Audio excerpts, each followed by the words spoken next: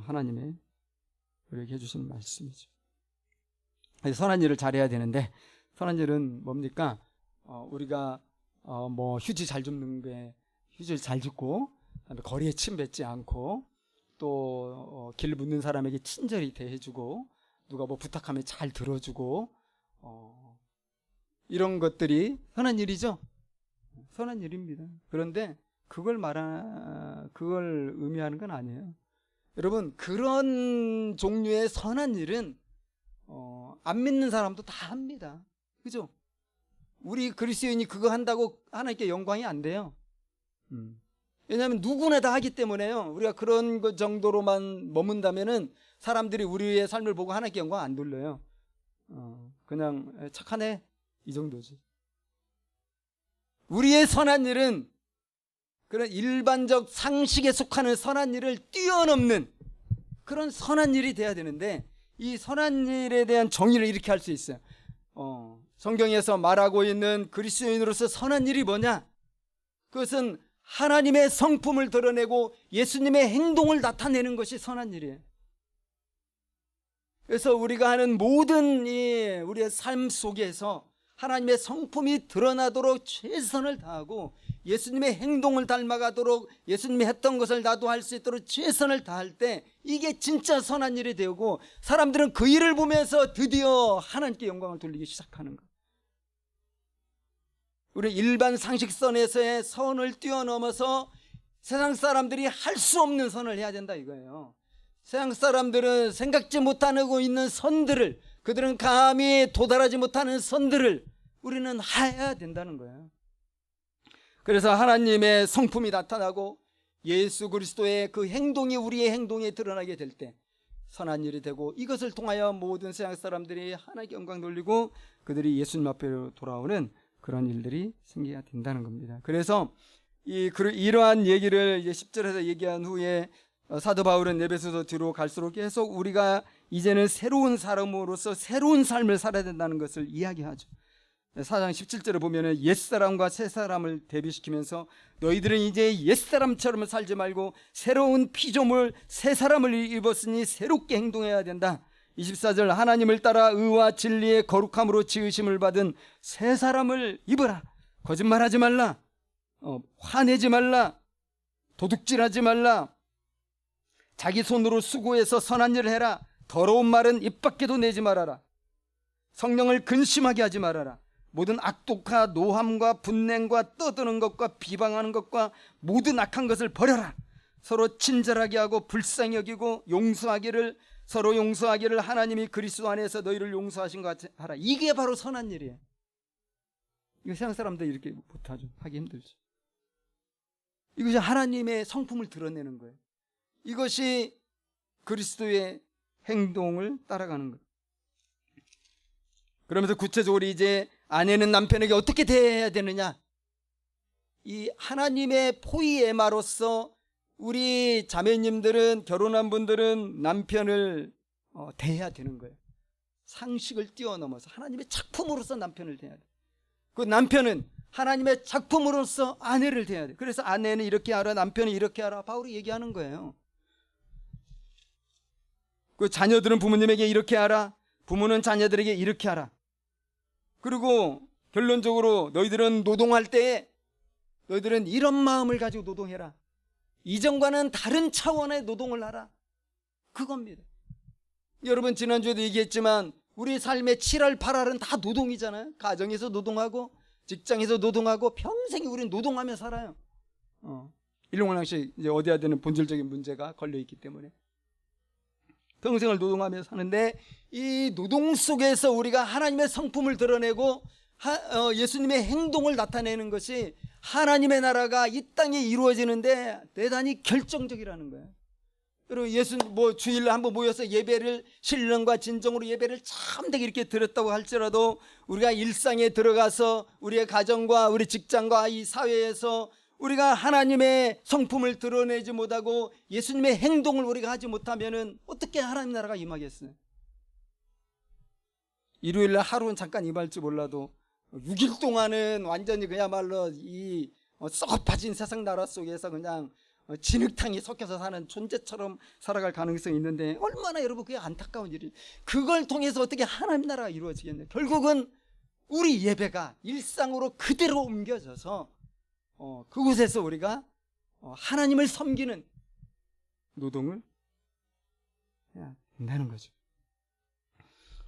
그래서 우리가 이제 노동할 때 가장 중요한 게 뭐냐면요, 하나님 앞에서 하는 게 중요한 거예요. 하나님 앞에서. 오늘 5절부터 8절까지 종들에 대한 이야기 나오잖아요. 종들의 이야기 뭐라고 얘기합니까? 5절에 그리스도께 하듯 하라. 나에게 이 일을 하라고 명하는 직장 상사, 사장, 과장 또는 팀장, 이들이 나에게 말할 때 그리스도가 나에게 하는 것처럼 그 말을 듣고 열심히 그 미션을 완수하라는 거예요. 그러니까 그리스도께 하듯 하란 말은 뭡니까? 그리스도 앞에서 내가 서 있는 것처럼 일을 하라는 거예요. 그리스도 앞이죠. 6절도 그래요. 눈가림만 하여 사람을 기쁘게 하는 자처럼 절대 하지 말고 그리스도의 종들처럼 해라. 그리스도의 종들은 뭐죠? 그리스도 앞에서 살아가는 사람들이잖아요. 7절도 섬길 때 죽게 하듯 하고 사람들에게 하듯 하지 말라. 주님 앞에서 하라는 거예요. 그것은 상전들도 마찬가지예요. 상전들, CEO들, 높은 직위에서 명령하는 자들, 이 사람들도 내 위에 하나님이 상전으로 나를 지금 보고 있다는 이 분명한 하나님의 임재의식을 가지고 하나님 면전에서 자신의 이 부하 직원들을 그리스도께 하듯 하고 위협하거나 공갈치거나 갑질하지 말고 섬겨야 된다. 그래서 우리의 직위를 막론하고 무슨 일을 하는가 이런 것을 넘어서서 우리는 하나님 앞에서 그 일을 그렇게 하는 것이 바로 선한 노동이에요. 선한 직장 생활이라고 그래서 시키는 대로 다 하고 또 그런 측면도 있는데 그걸 넘어서서 하나님 앞에서 노동을 하는 게 선한 노동이라는 거예요. 그래서 여기서 우리가 중요한 그 단어를 좀 생각해 볼 필요가 있는데 다 아는 단어지만요, 라틴어죠. 코람 데오입니다. 코람은 뭐뭐뭐의 면전에서, 데오는 데우스인데 하나님이란 뜻이죠. 하나님의 면전에서. 지금 그 말하고 있는 거예요. 종들도 그렇고 상전들도 그렇고 하나님 면전 앞에서 해라. 반대말은 뭐죠? 인간 면전 앞에서는 하지 말라는 거예요. 코람 데오의 반대말은 코람 호미니부스. 사람 앞에서 하지 말고 하나님 앞에서 하라는 것입니다. 오늘 그 얘기 계속 하거든요. 6절에 눈가림만 하여 사람을 기쁘게 하는 자처럼 하지 말라는 거예요. 사람을 기쁘게 하려고 일하지 말라는 거예요. 또 사람들이 하는 것처럼 하지 말라는 거예요. 7절에. 그러면 하나님께 하듯이 일을 하라는 거예요. 주님의 일을 하듯이 일을 하라는 거예요. 이것이 코람 데오예요. 그래서 우리는 본능적으로 코람 호미니부스로 이러한 걸 인식하면서 굉장히 눈치 보면서 우리 일을 하잖아요. 윗사람 눈치 보면서. 어린 시절부터 우리가 그걸 배워왔을지도 몰라요. 부모님 눈치 보면서, 언니, 누나, 형, 오빠들 눈치 보면서 먹고 살기 위해서 이게 습관이 됐을지도 모르는데 그렇다면 좀 안타깝긴 하지만 어쨌든 우리는 그리스도인에서 예수의 피로 새롭게 지어진 하나님의 포이함이기 때문에 이제는 우리는 사람 눈에 좋게 들려고 이렇게 막 열심히 일하는 자가 되면 안 돼요. 우리는 하나님을 기쁘시게 하고 하나님을 영광스럽게 하기 위해서 최선을 다해서 노동하는, 하나님의 노동을 하는 그런 사람들이 돼야 된다는 것입니다. 어떻게 노동하라는 거예요? 마음을 다하고 뜻을 다하고 성품을 다하고 목숨을 다해서 노동을 하라는 거예요. 여러분 많이 들어본 말이잖아요. 하나님을 사랑하라. 그렇게 예배의 본질입니다. 예배의 본질은 뭡니까? 하나님 사랑이에요. 근데 우리가 집에서 가사일을 하고 아이들을 양육하고 또 직장에서 뭐 쓸데기 없는 일부터 또 막 힘든 일까지 다양하게 일을 하고, 이런 모든 것들이 하나님의 부르심의 현장이고요. 그곳에서 우리는 노동할 때 어떤 식으로 노동해야 되냐면 우리의 마음을 다하고 우리의 성품을 다하고 뜻을 다해서 최선을 다해서 노동해야 된다는 거예요. 왜냐하면 그게 예배니까. 여러분, 예배한다는 말은 히브리어로 아바드거든요. 하나님을 섬긴다, 예배한다 뜻인데, 이 말이 노동한단 말이기도 하다 이 말이죠. 그래서 유명한 수도원이나 기도원에 보면 옛날 그 중세 때 개신교 기도원들 보면 슬로건이 보면은 노동이 다 들어가는데 노동이 다 예배라는 이런 슬로건들이 대부분 다 있어요. 노동이 있고 예배다, 이런 거죠. 그래서 우리가 좀 깊이 생각하고 확실히 해야 될 게 뭐냐면요, 이런 노동이 예배예요. 그 이해하고 있어요? 집에서 설거지한다, 그게 예배입니다. 예배처럼이 아니라 예배예요. 예배. 내가 지금 컴퓨터 프로그래머로서 컴퓨터 프로그램을 짜고 있다, 그게 예배입니다. 지금 아이들을 양육한다, 막 콧물 닦아주고 뭐 밥 먹여주면서 막 밥을 흘리는 거 이렇게 줍고 있다, 그게 예배입니다. 여러분, 그게 뭐 금융 업무를 하면서 막 수 없는 돈을 만지고 있다, 지금 만문 숭배하는 게 아니라 그게 예배입니다. 육체노동 예배입니다. 하나님의 포이에마로서 우리가 하는 모든 일은 다 예배인 거예요. 그래서 여러분 잠시 생각해 보세요. 하나님께서 에덴 동산에 아담과 하와를 창조했을 때 타락하기 전에 예배가 있었어요, 없었어요? 예배 없어요. 우리가 지금 말하는 예배는 없었어요. 하나님이 뭐 예배하라고 그랬어요? 하나님께서 아담과 하와에게 한 말이 뭐예요? 일하라는 거였어요. 일해라. 문화나 명령을 줬잖아요. 생육하고 번성하고 땅을 다스리고 모든 동식물에 이름을 지어주고 네가 관리해라. 하나님이 주신 명령이고, 금지명령, 선악과만 먹지 마라, 그게 다예요. 그러니까 타락하기 전에는 따로 예배 드리는 게 없고요, 노동 그 자체가 예배가 된 거예요. 예배가 된 것이 아니에요. 예배예요. 왜냐하면 하나님 앞에서 지금 다 하고, 하나님 앞에서 밥 먹고, 하나님 앞에서 놀고, 하나님 앞에서 부부관계하고, 하나님 앞에서 쉬고, 하나님 앞에서 모든 걸 다 하잖아요. 하나님 앞에서 하는 것은, 모든 것은 그것이 놀든지 먹든지 마시든지 일하든지 다 예배가 되는 거예요. 얼마나 아름답습니까? 근데 이게 타락했거든요. 근데 예수님이 우리를 죽으시면서 그 보혈의 피로 우리를 다시 하나님의 포이에마로 만들어 주셔서 이제 우리 하는 모든 일이 이제 예배가 되게 하신 거니까, 우리가 그 사실을 잊지 말고 우리가 하는 모든 노동이 예배라는 생각을 가지고 하나님의 그 면전에 있어야 되는데, 그게 바로 코람데오다. 이 코람데오는 종교개혁자들의 아주 중요한 사상이었거든요. 에벨링이라는 굉장히 유명한 신학자 같은데, 그분의 얘기는 마틴 루터의 사상체계의 참된 근거는 뭐였냐? 코람데오였다. 또 칼빈에 대해서도 혹자는 얘기하죠. 하나님의 절대 주권을 강조하고 신학의 중요한 사상을 형성할 때 코람데오를 통해서 모든 걸 다 했다는 것입니다. A.T. 피어선 박사라고 있어요. 우리나라에 피어선 성경신학원이 있을 정도로 우리나라에 초창기에 잘 알려진 그런 그 신학 박사인데, 그가 코람데오에서 이렇게 설명했어요. 한번 들어보세요. 의식적이며 지속적으로 하나님의 눈앞에서 살아가는 삶이며, 하나님의 눈앞에 자신을 직접적으로 두는 삶이며, 그리고 그분이 우리와 함께 하시며 동시에 우리도 그와 함께하는 삶이다. 그러므로 우리의 숨겨진 불경건한 삶의 모든 감추어진 것들을 청소하는 것이며, 우리가 우상을 포기하고 일하는 그 자리가 하나님의 임재와 교제의 성소로 바뀌어지는 삶이다. 이것이 바로 코람데오다. 우리는 그리스도 안에서 새롭게 지음받은 자이기 때문에 당연히 그렇게 코람데오의 삶을 살아야 된다.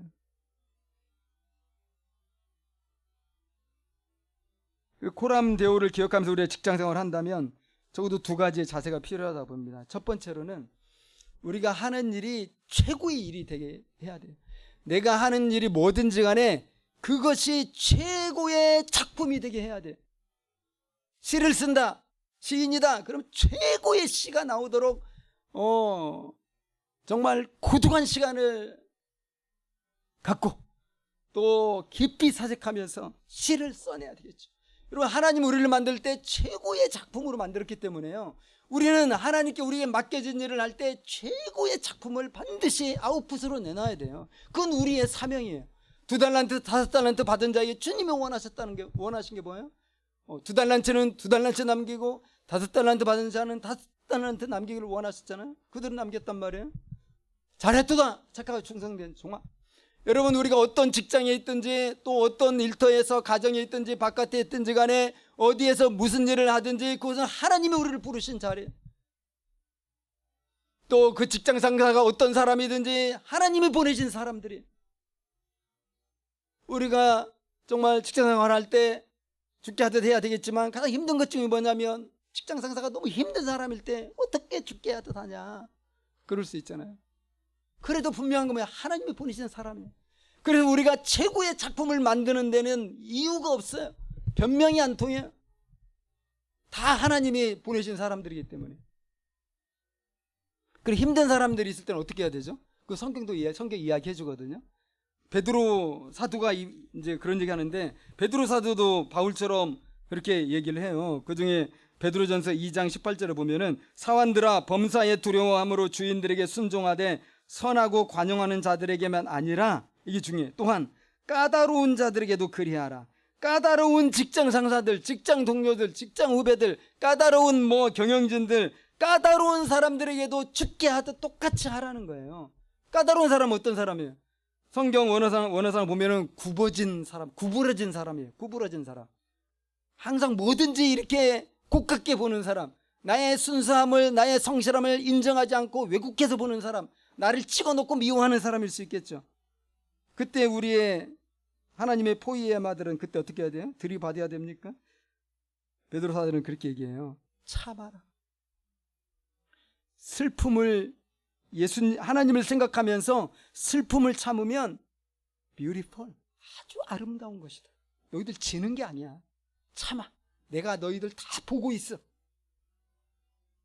그렇게 하나님 말씀하세요. 19절, 부당하게 고난을 받아도 하나님을 생각함으로 슬픔을 참으면 이는 아름답다. 선을 행함으로 고난을 받고 참으면 이는 하나님 앞에 아름답다. 이를 위하여 너희가 부르심을 받았다. 아주 분명합니다. 근데 우리는 자꾸 힘든 사람들 때문에 말씀에 순종하기 어렵다고 하거든요. 여러분, 그러면 안 됩니다. 어쨌든 우리는 어떤 그 직장의 환경에 있든지 그걸 떠나서 최고의 작품, 최고의 아웃풋을 만들어내요. 근데 이것은 우리가 좀 명심해야 될 것이 뭐냐면요, 옆에 있는 직장 동료와 경쟁하라는 얘기 아니에요. 다른 회사에 경쟁하라는 게 아니에요. 다른 육아하는 엄마들과 경쟁하라는 얘기 아니에요. 누구 아이가 더 뛰어난 아이가 되는지 한번 내기해보자. 누가 더 훌륭한 아이를 양육할 수 있는지 옆집 엄마랑 선의의 경쟁을 해보자. 그런 게 아니에요. 그리고 우리가 최고의 아웃풋을 낸다는 것은 이건 사람 보고 하는 일이 아니에요. 정말 나에게 맡긴 직장 상사에게 인정받으려고 하는 게 아니에요. 사장에게 예쁨 받아서 연봉 많이 받고 빨리 승진하려고 하는 게 아니에요. 우리가 최고의 아웃풋을 내려고 몸부림치고 잠도 안 자고 최선을 다해서 하는 것은 주님이 나에게 맡기셨기 때문에 그렇게 하는 거예요. 하나님이 나에게 맡기셨기 때문에 그렇게 하는 거예요. 우리의 목표는 하나님의 수준에 이르는 거예요. 그러니까 여러분, 놀라운 일이 일어나는 거예요. 우리는 최고가 될 수밖에 없는 거예요. 왜? 우리의 경쟁 대상자 누구 말대로 어디 미국에 있는 같은 분야에 있는 탁월한 사람이 아니라 우리는 경쟁하지 않아요. 단지 우리는 목표만 있을 거예요. 목표는 뭐죠? 하나님이 기뻐하실 최고의 이 아웃풋을 만들어내는 거예요. 무슨 일을 하든지. 그러니까 우리는 하나님을 섬기는 거죠. 사람을 섬기는 게 아니에요. 우리는 돈을 벌려고 하는 게 아니에요. 여러분, 우리가 명심해야 되면 우리가 하나님의 포위의 마들은 돈을 벌려고 하는 게 아니라요, 하나님이 나에게 이러한 직장을 주시고 이런 은사를 주시고 이 일을 맡기셨고 또 이런 육아를 해야 될 상황에 두셨으니까 내가 마음을 다하고 뜻을 다하고 성품을 다하고 목숨을 다하고 하나님을 사랑하는 마음으로 내가 이 일을 해내겠다, 이겁니다. 우리가 그런 자세로 살면 좋겠죠? 살아야 돼. 두 번째로요, 코람데오를 기억하며 노동하는 두 번째는요, 우리의 모든 노동에 불법과 불의와 악한 일이 끼어들지 말게 해야 돼요. 왜? 예배가 노동이니까. 여러분, 우리가 지금 현장 와서 지금 예배 드리고 있는데 이 예배한 시간에 우리가 나쁜 생각을 하고 악한 일을 도모한다는 건 있을 수 없는 거잖아요. 적어도 이 시간만큼은. 자, 우리가 예배를 확장시키면 노동이 예배 그 자체인데, 하나님이 맡기신 일을 내가 지금 최선을 다해 하고 있잖아요. 이게 예배거든요. 섬기는 일인데, 그곳에 악한 일이 들어오고 불의한 일과 타협하고 막 거짓말로써 내 성과를 부풀리고 적절한 아웃풋을 내기 위해서 또 뭐 서류를 조작하고, 안 되죠. 예배가 됩니까? 안 되는 거예요. 그건 예배가 아니에요. 그러니까 우리 그리스도인들은 최고로 정말 좋은 작품을 만들기 위해서 내가 맡은 일에 최고의 어떤 퀄리티를 이루기 위해서 죽도록 충성하는데, 그런데 거기에 거짓이나 불법이나 뇌물이나 이런 것이 끼어들지 않도록 명백한 악에 대해서는 노라고 하고 거절하면서 그 일을 해야 되는 거예요. 그래야 이 노동이 예배라고 할 수가 있는 거죠. 다니엘 예를 잠깐 얘기하자면, 다니엘은 어떻습니까? 최고의 총리였잖아요. 그 바벨론 시대. 얼마나 여러분 탁월하게 일을 했으면, 얼마나 놀라운 수준으로 정치 행정을 펼쳤으면 느부갓네살이 그렇게 최고로 앉히고, 두 번째 벨사살 왕이 또 최고로 앉히고, 그 뒤에 다리오 왕이 또 최고로 앉히고, 여러분 나라가 바뀌었어요. 페르시아가 됐는데 고레스 왕이 또 다니엘을 최고로 앉히고. 이게 어떻게 된 일이에요, 여러분?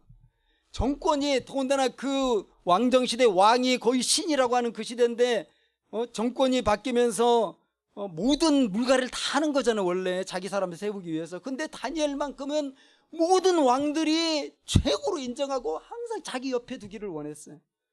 얼마나 충성되고 얼마나 능력을 인정받았으면 그랬겠어요? 정말 우리나라로 치면은 대통령이 막 바뀌는데 국무총리는 안 바뀌는 거죠. 예를 들어서 4명의 대통령 얘기해 봅시다.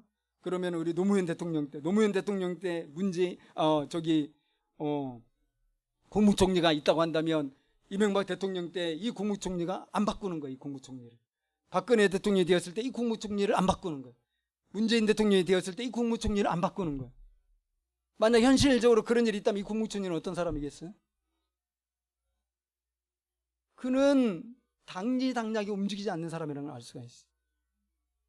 그는 누가 대통령이든 정말 국민을 위해서 이 국무행정을 제대로 펼치는 데 있어서 아주 탁월하다고 완전히 인정받는 사람이라는 걸 누가 상상해도 다 상상할 수가 있어요.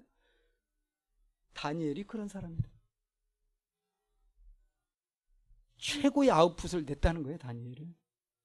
그런데 다니엘이 자기 성공을 위해서 그렇게 했는지, 자기의 영광과 자기의 자아 성취와 삶의 보람을 느끼기 위해서 나는 일에서 성공해야 돼, 일이 나의 행복이고 일이 나의 우상이고 일 속에서 나는 보람을 찾는 사람이야, 그러면서 일에서 성공하려고 막 밤잠면서 일해가지고 그렇게 된 게 절대로 아니다 그잖아요.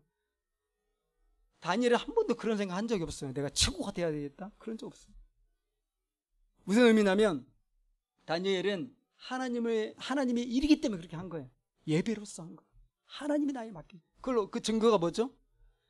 노라고 했다는 거. 언제? 네? 여러분, 큰 우상을 만들어 놓고 우상에 절하라고 했을 때 다니엘은 단번에 아니라고, 나는 못하겠다, 내가 섬기고 내가 절할 분은 오직 하나님밖에 없다. 그러고는 사자굴에 던져졌어요. 목숨을 걸은 거예요, 다니엘. 그러니까 요즘 세상 사람들이 다 높은 자리에 올라가기를 원하지만 다니엘은 사실 그 높은 자리를 정말 껌처럼 생각했어요. 씹다 버리는 껌처럼 생각했어요. 이게 높은 자리긴 하지만 나에게 의미 있는 자리는 아니다. 하나님이 허락하실 때만 의미 있는 거예요. 근데 신앙을 타협하면서까지 내가 그 자리 유지하는 건 하나님의 뜻이 아니다. 나는 버리겠다. 나는 목숨도 버리겠다. 그래서 우리는 알 수 있어요. 다니엘이 정말 하나님을 섬긴 다니엘이구나. 왕을 섬긴 게 아니라. 그죠? 요셉도 그런 거 그지 않습니까? 요셉이 보디발의 집에 그 10대 청소년이 돼가지고 노예로 팔려갔을 때 요셉이 어떻게 했어요? 정말 정말 청소년인데, 그죠? 그렇게 열심히 일을 했어요. 그것도 시키는 것만 하는 게 아니라 창조적으로 일을 했어요. 하나 시키면 10가지를 해버리는 거예요. 저도 이제 많은 사람과 동역을 해보지만 그런 사람이 정말 예뻐요. 제가 책임자로서 오랫동안 있었잖아요. 뭔가를 이렇게 하면 좋겠다고, 또는 네가 이걸 좀 해라 했을 때 딱 그것만 하는 사람이 있고요. 또 어떤 사람은 열을 해버려요. 얘기하지 않은 것까지도 더 넘치도록 자발적으로 창조적인 아이디어가 있든 없든 최선을 다해서 더 하는 거예요. 그런 거 보면 되게 믿고 싶고 끝까지 신뢰하고 싶고 계속 함께 하고 싶어지죠. 근데 어떤 친구들은 한 것만 딱 하고 그냥 안 해요. 자기 할 일을 했다고. 누가 진짜 하나님을 예배하는 자일까요? 요셉이 그렇게 했기 때문에 보디발이 보니까 너무 마음에 들어요. 보디발의 아내가 봐도 너무 마음에 들어요. 그래서 보디발의 아내는 요셉에게 푹 빠졌잖아요. 반했잖아요. 젊은 노예가 정말 잘생기고 일도 어떻게 그렇게 똑똑똑 부러지게 하고 현명하게 하는지, 그리고 막 노예니까 근육질이고 이 모든 부분에서 너무 매력적이어서 정말 우리 요셉과 좀 사랑을 나누면 얼마나 좋을까. 팍팍한 나의 중년에 하나의 오아시스가 되지 않을까 그랬던 것 같아요. 그래서 유혹을 했지만, 요셉이 보디발과 그 아내에게 충성하지 않았다는 거 어떻게 알 수 있어요? 그들이 원한 거 거절했어요. 중요한 순간 보디발의 그 아내의 손을 과감하게 뿌리치고 감옥에 들어갔잖아요. 이게 하나님의 포이에마입니다. 그런데 역시 하나님의 포이에마라는 것도 우리가 어디서 느껴요? 감옥에 들어간 요셉 다 죽을 줄 알았는데 세상 애굽의 총리가 될 줄 누가 알았어요? 이게 어떻게 보면 우리 일터에서 우리가 경험할 수 있는 하나님의 어떤 낭만이라고 볼 수가 있어요. 우리 하나님의 포이에마들은요, 이 가정이든 직장이든 우리는 어느 때 갑자기 상상을 뛰어넘는 어떤 일들을 겪게 되게 돼 있는 거예요. 뭐 다라고 말씀드리기는 어렵겠지만 어쨌든 그런 일들을 우리가 겪을 수가 있는 거예요. 왜냐하면 우리는 하나님의 포이에마들이거든요. 우리는 하나님 보고 일하는 사람들이기 때문에요. 사람 보고 일하는 사람들이 볼 때는 우리 인생이 정말 이해 불가해요. 와, 어떻게 저렇게 살지? 하나님이 인도하신 인생입니다. 요셉은 애굽의 총리가 되었을 때도요, 바로가 얼마나 좋아했어요. 7년 흉년, 7년 풍년, 7년 흉년을 너무 지혜롭게 하고 또 바로의 재산을 엄청 불려줬거든요. 요셉이 그 곡식 비싸게 팔아가지고 다 바로의 정말 그 재정이 차고 넘치도록 요셉이 해줬거든요. 요셉은 자기가 그 일로 부름 받았으니까 하나님을 섬기는 마음을 했어요. 그 바로 좋아해서 한 게 아니에요. 그런 식으로 요셉은 하나님을 섬기는 예배하는 자로서 노동을 탁월하게 해놓은 거죠. 사랑하는 여러분, 우리가 그 일로 부름 받았습니다. 하나님의 포이에마. 그래서 우리가 무슨 일을 하고 있습니까, 여러분? 거기서 하나님의 수준에 이르도록 최고의 노력을 다 기울이고 있습니다.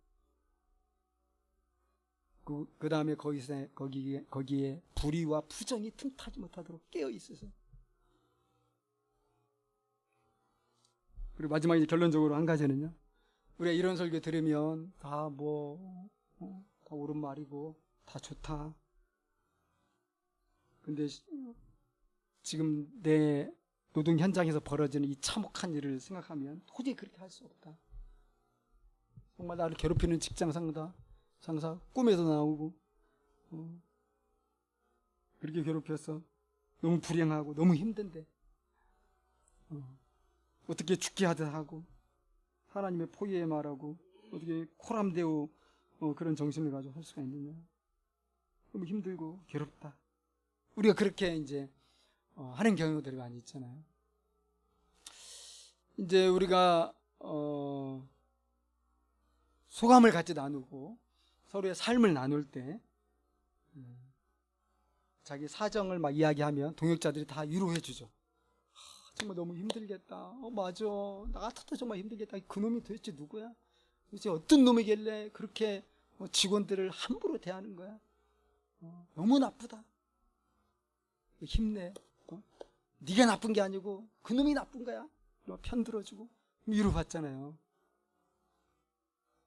그것까지 좋은데 그러고 끝나니까 문제다. 끝나면요 다시 원래 자리로 돌아가요. 변화가 없이. 그래서 하나님의 포이에마로서 코람데오의 이 정신을 가지고 노동을 할 수가 없어요. 왜냐하면 사람들이 얘기했더니 사람들이 그래도 네가 훌륭하다고 나를 막 위로해 주는 거예요. 그런 상황이라면 나는 너처럼 못해. 넌 진짜 대단해. 그러니까 내가 어떤 변화도 없이 예전의 상태로 돌아가서 이런 말씀이 있음에도 불구하고 말씀에 순종할 생각을 안 해요. 정말 우리 교회가 깨어있는 교회고 말씀에 순종하려고 하는 교회라면 위로하고 격려하고 다 이해한다, 눈물 닦아주고 이 차원을 뛰어넘어서요 도전을 서로 해야 돼요. 도전을. 그럼에도 불구하고 우리는 하나님의 걸작품으로서 하나님의 성품과 예수님의 행동을 그 정말 잔인한 직장이지만 그곳에서 우리가 나타내야 되지 않겠냐. 너무 육아가 힘들고 가서 노동이 고통스럽지만 또 시부모님이라든지 가족들이라든지 복잡한 관계가 있지만 그럼에도 불구하고 우리는 하나님의 성품과 예수님의 행동을 나타내도록 부름받은 예수의 보혈로 새롭게 지음받은 하나님의 포에마가 아니냐. 그래도 우리가 그렇게 돼야 되는데 그럼 우리가 어떻게 할까. 정말 우리가 작정해서 우리 다 같이 한번 우리 한 달 동안 아니면 일주일 동안 우리 친구를 위해 서로 한번 기도해보자. 여러분 도전해야 된다는 거예요. 도전. 그래야 우리가 과거로 돌아가지 않고 현실에 안주하지 않고 우리 영적으로 성숙하게 되고 계단 한 계단 한 계단 올라가듯이 우리가 단계적으로 예수님의 성품에 다다라가는 이런 과정으로 가게 된다는 거예요. 근데 제가 많은 형제자매들을 겪어보지만 그렇게 하는 사람은 많지 않아요. 대부분은 다 현실과 타협해. 그리고 말씀에 순종해야 되는데 순종할 수밖에 하지 못하는 상황, 순종하지 못하는 어려운 형편, 순종할 수 없는 어려운 처지, 이런 걸 서로 막 이야기하면서 그걸 서로 위로하면서 더 나가지를 못해요. 그러니까 10년 20년 신앙생활에도 항상 거기에요. 우리가 발전하려면 어떻게 해야 됩니까? 한 단계 성장하려면 어떻게 해야 됩니까? 새로 만들었잖아요. 여기 기도실 신 앞에 단독자로서도 저 들어가서 하나님 제 상황이 이렇게 어려운 하나님 아시잖아요. 그럼 하나님 뭐라고 그러세요? 내가 다 알지. 근데 하나님 저에게 죽게 하듯 하라고요? 저 어떻게 합니까? 하나님 저에게 지혜를 주세요. 저에게 인내심을 주세요. 버텨낼 수 있는 용기를 주세요. 하나님 이런 유혹이 왔어요. 내가 이 유혹을 거절하면 직장에서 잘릴 수도 있는데 근데 이것은 하나님 기뻐하시지 않을 불법인데 제가 어떻게 하면 좋겠습니까? 들어가서 기도해야 돼요. 이거 사람들에게 얘기하면요 다 위로하고 그냥 끝나요. 근데 기도실 들어가면 하나님 뭐라고 말씀하겠어요? 타협이 아닙니다. 나와 함께 가자. 하나님 말씀하시죠. 내가 너와 함께 하리라. 그들은 우리의 밥이다.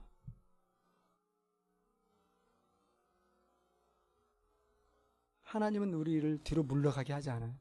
하나님은 우리를 적당히 타협하게 하지 않아요. 하나님은 너는 나처럼 온전해져라. 하나님 그렇게 말씀하세요. 지금도 직장이 중요한 게 아니야. 너는 나에게 순종하는 게 중요하지. 그렇게 말씀하세요. 기도실 들어가면 완전히 차원이 달라져 버려요. 근데 우리가 사람들 앞에서만 이렇게 서 있지 하나님 앞에 서지 못한다면은 우리의 수준이 높아질 수 없어요. 우리의 노동의 수준이 하나님의 성품과 예수님의 행동을 반영하는 수준으로 갈 수가 없어요. 우리 서로 위로하고 격려하는 것도 중요한데요. 한 걸음 더 나아가서 하나님 앞에 부르짖어 기도해야 돼요. 이 상황을 타개하고 치고 나가게 해달라고, 정말 뚫고 돌파하게 해달라고. 하나님의 지혜를 구하고 성령의 충만한 능력을 구하고 불같은 성령이여 저희 오시옵소서. 제 힘으로는 도저히 이 세상 한복판에서 예배 드릴 수 없습니다. 성령께서 저를 충만하게 하시고 지혜를 주시고 능력을 주시고 제게 사람들을 붙여주시고 동역자를 붙여주시고 하나님이 저를 도와주실 때에만 제가 제대로 노동 예배가 되게 할 수 있사오니 주님 저를 도와주세요 하면서 막 기도해야죠. 그래서 최고의 작품 만들어내야죠. 그럴 때 요셉과 다니엘을 통해 영광 받으시는 것처럼 우리들을 통해 영광 받으시는 거죠. 제가 설교를 하지만 정말 설교자라서 정말 괴롭거든요. 뭐가 괴롭습니까? 최고의 작품으로서 설교를 못한다는 사실을 너무 잘 알고 있기 때문에 정말 괴로워요, 사실. 그래서 막 그 문제를 가지고 기도하죠. 그렇다고 해서 제가 최고의 설교를 하기 위해서 유명한 사람의 설교를 그대로 가지고 와서 여기서 막 읽어가면 이거 불법이고 부정을 행하는 거죠. 그렇게 저는 절대 하면 안 되는 거예요. 아무리 아웃풋이 중요하더라도 저는 제 걸 이야기해야 돼요. 근데 제가 가방끈도 작고 또 부족한 게 많아가지고 하나님이 기뻐하실 설교를 오늘도 못했구나 이런 생각 항상 하거든요. 그래도 저는 제 길을 이제 가야 되고 가려면 제가 이제 한 가지 느끼는 건 내가 더 많이 기도해야 되겠다. 내가 더 많이 묵상해야 돼. 그 생각 늘 하고 있죠. 생각나면 저를 위해서 기도해 주시고. 저는 하나님 앞에서 설교하려고 할 때 결국은 제가 그걸 잘하려고 하면은 기도할 수밖에 없어요. 하나님 앞에 엎드릴 수밖에 없어요. 이것은 저뿐만 아니라 우리 모두가 그렇게 해야 되는 거예요. 그래야 우리가 발전하고 그래야 우리가 성숙하게 되고 진짜 참된 일이죠. 그런 거죠. 우리 다 같이 기도하겠습니다. 우리가 하나님의 포에마로서 고람대오의 정신을 가지고 선한 노동을 할 수 있도록 최선을 다해서 일을 감당하고 또 불법을 사절하고 이렇게 해서 하나님 나라를 펼쳐가는 이런 노동이 우리에게 있기를 같이 기도하겠습니다.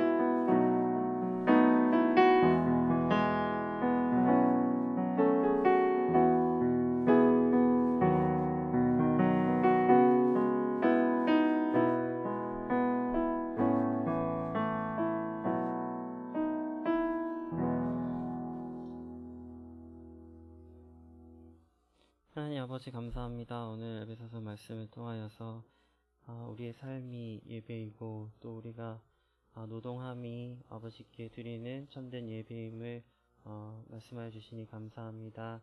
하나님 우리가 노동을 할 때에 때로는 반복되는 일로 괴롭기도 하고 또 사람으로 인하여 어렵기도 하고 때로는 그것이 나의 재미가 되어서 매이기도 합니다. 하나님 그 무엇보다 하나님께서 우리가 노동함이 하나님께 드리는 예배임을 우리가 잊지 않게 하여 주시옵시고 주님과 함께 동행하며 아버지 주님께 드리는 아름다운 예배로 우리가 이 노동을 잘 감당할 수 있도록 우리의 삶을 감당할 수 있도록 주님 인도하여 주시옵소서.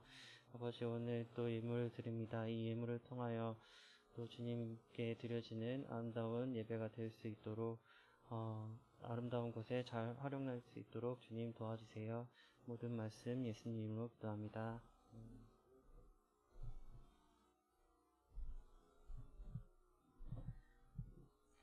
우리 자리에서 일어나셔서 찬송회 찬송가 552장 1절과 2절 그리고 4절 찬송하시겠습니다.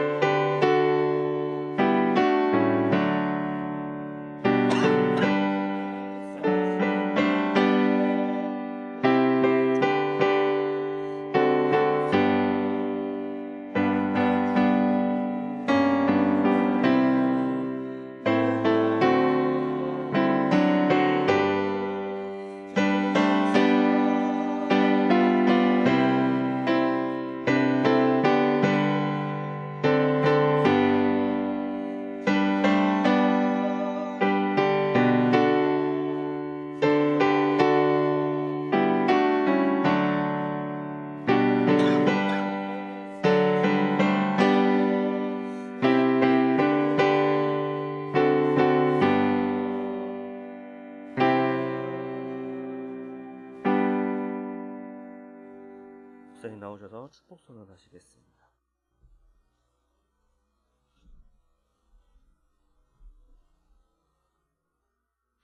우리의 모든 일과 노동이 진정한 예배가 될 수 있도록 본질상 진노의 자녀였던 우리를 위하여 십자가에 피 흘려 죽으시 우리 주 예수님의 은혜와 그러한 아들을 조금도 아끼지 않고 내어주신 아버지 하나님의 그 진실하신 사랑과 광야 같은 세상을 지나는 동안 온갖 이 노동 속에 이 참 탄식이 끊을 수밖에 없지만 그 모든 노동을 탁월하게 하시니 예배가 되게 하시니